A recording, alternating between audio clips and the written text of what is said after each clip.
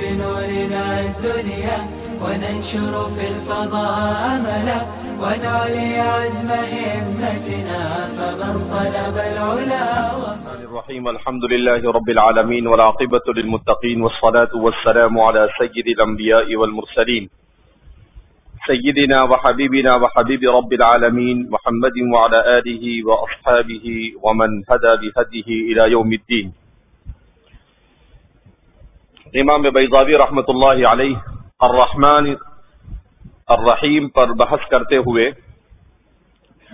سب سے پہلے انہوں نے کہا اسمانی بنی للمبالغۃ من رحیم کالغضبان من غضب والعلیم من علمہ والرحمة في اللغة رقة القلب وانعطاف يقتضي التفضل والإحسان ومنه الرحم لانعطافها على ما فيها. وأسماء الله تعالى إنما تؤخذ باعتبار الغايات التي هي أفعال دون المبادئ التي تكون انفعالات. آگے فرماتے ہیں والرحمن أبلغ من الرحيم لأن زيادة البناء تدل على زيادة المعنى كما قطع وقطع وكبار وكبار، وذلك إنما تؤخذ تارة باعتبار الكمية وأخرى باعتبار الكيفية. فعلى الأول قيل يا رحمن الدنيا لأنه يعم المؤمن والكافر، ورحيم الآخرة لأنه يخص المؤمن. وعلى الثاني قيل يا رحمن الدنيا والآخرة ورحيم الدنيا لأن النعم الأخروية كلها جسام، وأما النعم الدنيوية فجليلة وحقيرة. اب آگے فرماتے ہیں وَإِنَّمَا قُدِّمَ وَالْقِيَاسُ يَقْتَضِي التَّرَقِّي مِنَ الْأَدْنَى إِلَى الْأَعْلَى لِتَقَدُّمِ رَحْمَةِ الدُّنْيَا وَلِأَنَّهُ صَارَ كَالْعَلَمِ مِنْ حَيْثُ إِنَّهُ لَا يُوصَفُ بِهِ غَيْرُهُ لأن معناه المنعم الحقيقي البالغ في الرحمة غايتها وذلك لا يصدق على غيره. الرحمن اور رحیم کے سلسلے میں لغت کے اعتبار سے فروق سے فارغ ہو کر اب مصنف بیان کر رہے ہیں کہ بسم اللہ الرحمن الرحیم میں رحمان کو مقدم کرنے کی کیا وجہ اور رحیم کو مؤخر کرنے کی کیا وجہ. اس کی متعدد وجوہات کو مصنف بیان کر رہے ہیں. تو سب سے پہلے فرماتے ہیں وَإِنَّمَا قُدِّمَ اور رحمان کو مقدم رکھا گیا. والقیاس جبکہ قیاس کا تقاضا یہ تھا الترقی من الادنی الی الاعلی کہ ادنا سے اعلی کی طرف ترقی کی جائے. رحیم میں معنی کم ہے رحمت کا اور رحمان میں معنی زیادہ ہے، تو ترقی من الادنا الی الاعلی کے اصول کے تحت قیاس کا تقاضا یہ تھا کہ بسم اللہ الرحیم الرحمان ہونا چاہیے کہ پہلے ادنا کو شامل ہو اور پھر اعلی کو کیا ہو شامل ہو. لیکن ایسا نہ کر کر پہلے رحمان کو لایا گیا اور بعد میں رحیم کو لایا گیا، ایسا کیوں؟ تو مصنف خود اس کا جواب دیتے ہیں. نمبر 1 لتقدم رحمت الدنیا، اس لیے کہ دنیا کی رحمت مقدم ہے اور وہ معنی رحمان میں پایا جاتا ہے، وہ رحیم میں نہیں پایا جاتا. تو تقدم زمانی کے اعتبار سے رحمان چونکہ دنیا کی رحمت کو شامل ہے اس لیے اسے پہلے ذکر کیا، کیونکہ آخرت کے مقابلے میں دنیا پہلے ہے اور آخرت بعد میں ہے، اور رحیم کا تعلق آخرت سے ہے. لہذا زمانی ترتیب کے اعتبار سے جس کا وقوع پہلے ہے اسے پہلے لایا گیا اور جس کا وقوع بعد میں ہے اسے بعد میں لایا گیا. اس طرح فرما رہے ہیں کہ لتقدم رحمت الدنیا نمبر 1. نمبر 2 وَلِأَنَّهُ صَارَ كَالْعَلَمِ مِنْ حَيْثُ أَنَّهُ لَا يُوصَفُ بِهِ غَيْرُهُ، اور اس لیے بھی کہ رحمان یہ اللہ کے لیے علم کے مانند ہو گیا اس طور پر کہ اس کے علاوہ پر اس کا اطلاق نہیں ہوتا، اس کے علاوہ کو رحمان کے وصف سے یاد نہیں کیا جاتا، پکارا نہیں جاتا، بلایا نہیں جاتا ہے. دوسری وجہ بیان کر رہے ہیں کہ رحمان کو اس لیے بھی مقدم کیا گیا کہ اللہ کے ناموں میں اللہ کے اسم ذات ہونے کے بعد اگر سب سے زیادہ کوئی ایسا علم ہے جو اللہ رب العزت پر جچتا ہے تو وہ ہے رحمان.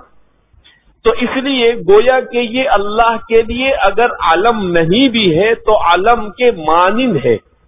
کیوں کہ علم میں یہ ہوتا ہے کہ جب وہ بولا جاوے تو وہی مراد ہوتا ہے. اسی طریقے سے جب رحمان بولا جائے تو اللہ ہی کی ذات مراد ہوتی ہے، کسی اور کو مراد لیا جاتا نہیں. جیسے قرآن کریم نے بھی رحیم کا وصف رسول اللہ صلی اللہ علیہ وسلم کے لیے استعمال کیا، مگر رحمان کا وصف کسی کے لیے استعمال نہیں کیا. بالمؤمنین رؤوف رحیم، تو اللہ کے رسول کو رحیم کہا مگر اللہ کے رسول کو رحمان نہیں کہا، اور کسی دوسرے کو بھی رحمان سے یاد نہیں کیا گیا. تو اس سے معلوم ہوا کہ رحمان یہ اللہ کے لیے اس کے نام اس میں ذاتی یعنی لفظ اللہ کے بعد سب سے زیادہ اللہ کی ذات پر بولا جانے والا اور فٹ ہونے والا لفظ ہے، اس لیے اسے مقدم کیا گیا. وَلِأَنَّهُ دوسری وجہ بیان کیا وَلِأَنَّهُ صَارَ كَالْعَلَمِ، اور اس لیے بھی کہ وہ اللہ کے لیے علم کے مانند ہو گیا اس طور پر انه لا یوصف به غیره کہ اس کے علاوہ کو اس وصف سے متصف نہیں کیا جاتا ہے. لأن معناه اب بیان کر رہے ہیں رحمان کے اصل معنی کیا ہے. کہ لأن معناه اس لیے کہ رحمان کے معنی المنعم الحقیقی البالغ فی الرحمت غایتها، رحمان کہتے ہیں اس منعم حقیقی کو، اس حقیقی معنی میں انعام دینے والے کو، البالغ فی الرحمت غایتها جو رحمت میں اپنے منتہا کو پہنچا ہوا ہو. تو فرماتے ہیں رحمان کا معنی کیا ہے؟ وہ منعم حقیقی جو رحمت میں اپنے منتہا کو پہنچا ہوا ہو. کہا کہ رحمان کس کو کہتے ہیں؟ اب ظاہر سی بات ہے کہ اللہ رب العزت نے کروڑوں انسانوں کو بنایا، پیدا کیا، وجود بخشا.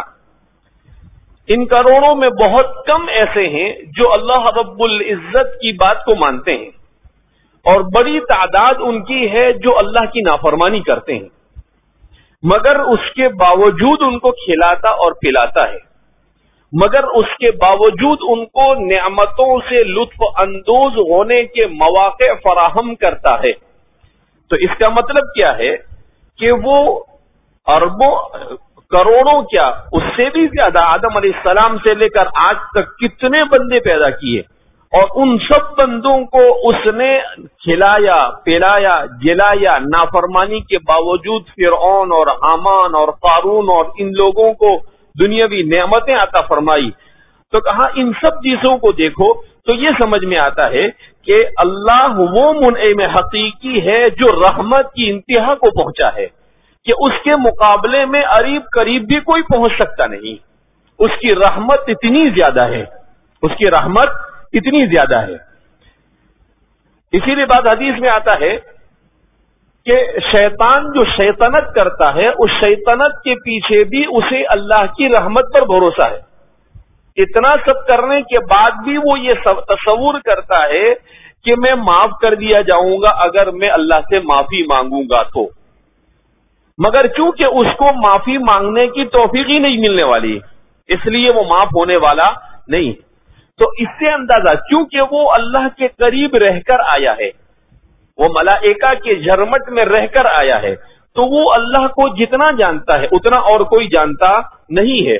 لہذا اس بنا پر فرما رہے ہیں کہ اللہ وہ منعم حقیقی ہے جو رحمت کی انتہا کو پہنچا ہوا ہے.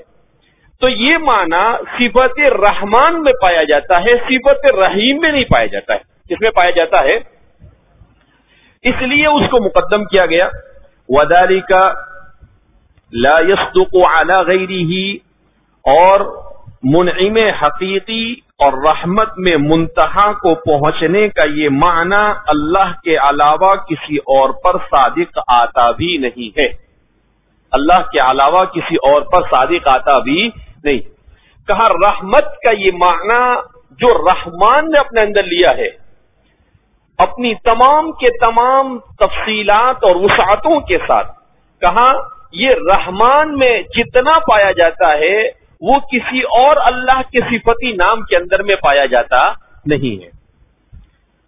اب سوال پیدا ہوتا ہے کہ یہ اتنا بڑا دعویٰ کیسے؟ تو مصنف نے اس کو بڑے عجیب پیرائے میں سمجھایا ہے. لِأَنَّ مَنْ عَدَاهُ هُوَ مُسْتَعِيضٌ بِلُطْفِهِ وَإِنْعَامِهِ يُرِيدُ بِهِ جَزِيلَ ثَوَابٍ أَوْ جَمِيلَ ثَنَاءٍ أَوْ مَزِيحَ رِقَّةِ الْجِنْسِيَّةِ أَوْ حُبَّ الْمَالِ عَنِ الْقَلْبِ. اچھا، اب کیا بیان کر رہے ہیں کہ دیکھو، لِأَنَّ مَنْ عَدَاهُ جو بھی اللہ کے علاوہ اور اس کے سوا ہے، جو بھی اللہ کے علاوہ اور اس کے سوا ہے، فَهُوَ مُسْتَعِيضٌ بِلُطْفِهِ وَإِنْعَامِهِ وہ اپنے انعام اور اپنے لطف کے عوض کا طلبگار ہوتا ہے. کیا مطلب؟ کہ اللہ کے علاوہ بادشاہ ہو اور کتنا ہی بڑا مہربان ہو، کوئی بھی ہو، لیکن ایک چیز ہے کہ اللہ رب العزت جو نعمتیں عطا فرماتا ہے ان نعمتوں میں اللہ رب العزت کی کوئی غرض وابستہ نہیں ہے. اللہ نعمتیں اس لیے نہیں عطا فرماتا ہے کہ اللہ کو بندے سے کوئی چیز چاہیے. وہ کسی چیز کا طالب، کسی عوض کا طالب اور محتاج نہیں ہے. یعنی اللہ مجبوراً اپنی رحمت لوگوں پر ڈھانپ رہا، ایسا نہیں ہے. کہا کیوں؟ کہ اللہ کے علاوہ جو بھی ہے، مستعیض یہ بنا ہے استعاض یستعیض استعاضۃ العوض سے بنا ہے، باب افعال میں لے گئے. اس کے معنی ہے عوض کا طلبگار ہونا، کسی سے عوض کا طلبگار ہونا. کہا مستعیض بلطفہ وانعامہ وہ جس پر بھی جو بھی انعام کرے گا اس سے عوض کا طلبگار ہوگا. کہ کوئی آدمی کسی کے ساتھ مہربانی کرے گا تو اس کے پیچھے کوئی نہ کوئی اس کے ذہن و دماغ میں عوض ہوگا، اس عوض کے بدلے میں اس کے ساتھ رحمت کرے گا. یرید بہ جزیل ثواب، نمبر 1، یا تو کوئی بندہ کسی بندے کے ساتھ مہربانی کرے گا یہ سوچ کر کہ میں اس کے ساتھ مہربانی کروں گا تو حضور نے فرمایا ارحموا من فی الارض یرحمکم من فی السماء، کہ تم زمین والوں پر رحم کرو، آسمان والا تم پر رحم کرے گا. تو وہ بندہ یہ سوچے گا کہ میں اس کے ساتھ اچھائی کروں گا تو اللہ میرے ساتھ اچھائی کرے گا. تو اس کا مطلب کیا ہے کہ رحمت تو کیا اس نے اس پر، مگر اس رحمت کے پیچھے طلب عوض پایا گیا. کیا پایا گیا؟ کہ میں اس لیے رحمت کر رہا ہوں، اس لیے اس کے ساتھ مہربانی کر رہا ہوں کہ اللہ مجھے ثواب دے گا. اللہ مجھے کیا دے گا؟ ثواب دے گا. ٹھیک ہے، اچھی چیز ہے، لیکن عوض کا طالب تو ہے، جبکہ اللہ کے لیے ایسی کوئی چیز ہوتی نہیں. او جمیل ثناء، یا وہ اچھی تعریف کا مستحق ہوگا کہ وہ اس لیے کسی کے ساتھ مہربانی کرتا ہے کہ میں اس کے ساتھ مہربانی کروں گا، اس پر رحم کروں گا تو لوگ کہیں گے کہ ماشاءاللہ کتنے بھاری ہے حضرت، معاف کر دیا، انعام دے دیا. تو کہا کہ عوض اخروی بھول جاؤ تو عوض دنیا کی حقیر چیز بھی تو اس کے ذہن و دماغ کے کسی گوشے میں ہوگی کہ کم سے کم لوگ میری تعریف تو کریں. تیسرا، او مزیح رقۃ الجنسیۃ، یا اپنے جنس یعنی جنسیت یعنی انسانی اپنی فطرت کی جو نرمی ہے اس نرمی کا ازالہ مقصود. ادنا سے ادنا چیز یہ تو ہوگی ادنا سے ادنا چیز کیا مطلب؟ اگر وہ ثواب کا بھی طالب نہ ہو، تعریف کا بھی طالب نہ ہو، تو کم سے کم اتنا تو ہوگا کہ وہ یہ سوچے گا کہ نفس تو یہ چاہتا ہے کہ اس کے ساتھ اچھائی نہ کی جاوے، لیکن اپنے نفس کے خلاف کرو، لیکن اپنے نفس کے خلاف کرو۔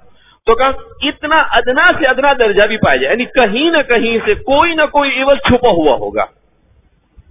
او حب المال عن القلب، یا دل سے مال کی محبت کو زائل کرنا مقصود ہوگا کہ سامنے والے سے کچھ مل سکتا ہے مگر معاف کر دیا، یہ سوچ کر کہ لوگ یہ کہیں کہ حضرت کو تو دنیا کی پڑی ہی نہیں ہے، حضرت کو تو دنیا کی پڑی ہی نہیں ہے۔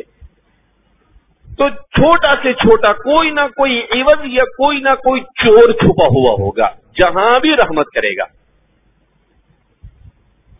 تو فرماتے ہیں اس سے مطلب کیا ہوا کہ اللہ کی رحمانیت کا مقابلہ دنیا کی کوئی ہستی نہیں کر سکتی، اللہ کی رحمانیت کا مقابلہ دنیا کی کوئی ہستی نہیں کر سکتی، دنیا کی کیا کوئی ہستی نہیں کر سکتی۔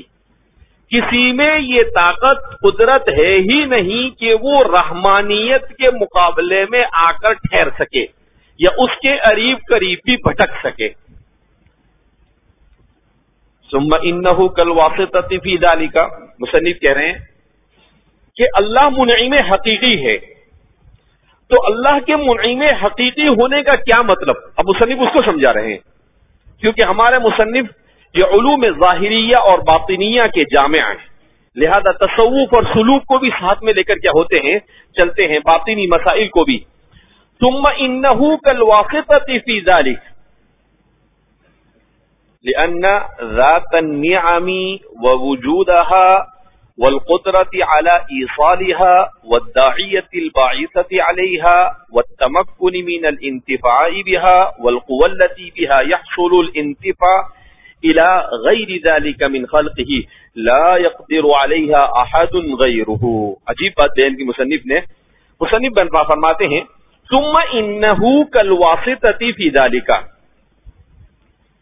پھر یہ کہ اللہ کے علاوہ جو بھی ہے مہربانی کرنے والا، وہ ایک واسطہ ہے، یعنی تین چیزیں، ایک جس پر مہربانی کرے، دوسرا جو مہربانی کرے، اور تیسرا جو اسے مہربانی کی توفیق دے، جو اسے مہربانی کی توفیق دے۔ تو ان دو کے درمیان جس پر مہربانی کرتا ہے وہ، اور جو ذات مہربانی کی توفیق دیتا ہے وہ، ان دو کے درمیان اللہ کے علاوہ جو بھی ہے وہ ایک واسطے کی حیثیت رکھتا ہے۔ وہ کس کی حیثیت رکھتا ہے؟ ایک واسطے کی حیثیت رکھتا ہے۔ کیوں؟ لأن ذات النعم ووجودها، اس لیے کہ نفس نعمت اور اس کا وجود، یہ جتنی بھی چھوٹی بڑی نعمتیں دنیا کے اندر میں ہیں، وہ سب کے سب نعمتیں اور ان نعمتوں کا وجود، یہ سب کس کی وجہ سے ہے؟ اللہ کی وجہ سے۔ ارے بھائی، ان نعمتوں کو وجود دینے والا کون؟ اللہ۔ ان نعمتوں کو پیدا کرنے والا بھی وہ، اور ان نعمتوں کو وجود دینے والا بھی وہ۔ والقدرت علی ایصالھا، اور ان نعمتوں کو دوسرے تک پہنچانے کی قدرت دینے والا، یعنی انسان کے اندر علم کی صفت پیدا کرنا، انسان میں رحمت کی صفت پیدا کرنا تاکہ وہ اسے دوسرے تک پہنچائے، یہ طاقت اور یہ قدرت دینے والا بھی کون ہے؟ اللہ۔ اگر اللہ نہ چاہے تو نہ میں پڑھا سکتا ہوں، نہ آپ پڑھ سکتے ہیں، نہ میں مہربانی کر سکتا ہوں، نہ آپ کے اوپر کوئی مہربان ہو سکتا ہے۔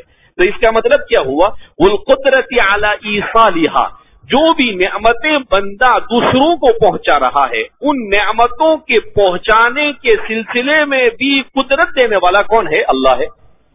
والداعیۃ الباعثۃ علیہا، اور اس نعمت کو پہنچانے کے لیے جذبے کو بیدار کرنے والا، کہ ہمارے دل میں یہ آیا کہ آپ کو پڑھائے، ہمارے دل میں یہ آیا کہ آپ پر مہربانی کرے، تو یہ جذبہ پیدا کرنے والا یہ بھی کون ہے؟ اللہ ہے۔ یہ بھی کون ہے؟ اللہ ہے۔ مصنف کتنی گہرائی میں جا کر اللہ کی ذات کو سمجھانے کی کیا کر رہے ہیں؟ کوشش کر رہے ہیں۔ وَالتَّمَكُّنِ مِنَ الْإِنتِفَاعِ بِهَا، اور اس نعمت سے انتفاع کی قدرت دینے والا، یعنی مہربانی جس پر کی جا رہی ہے وہ اس مہربانی سے فائدہ اٹھائے، یہ صلاحیت دینے والا بھی کون؟ اللہ۔ یہ صلاحیت دینے والا بھی کون ہے؟ اللہ ہے۔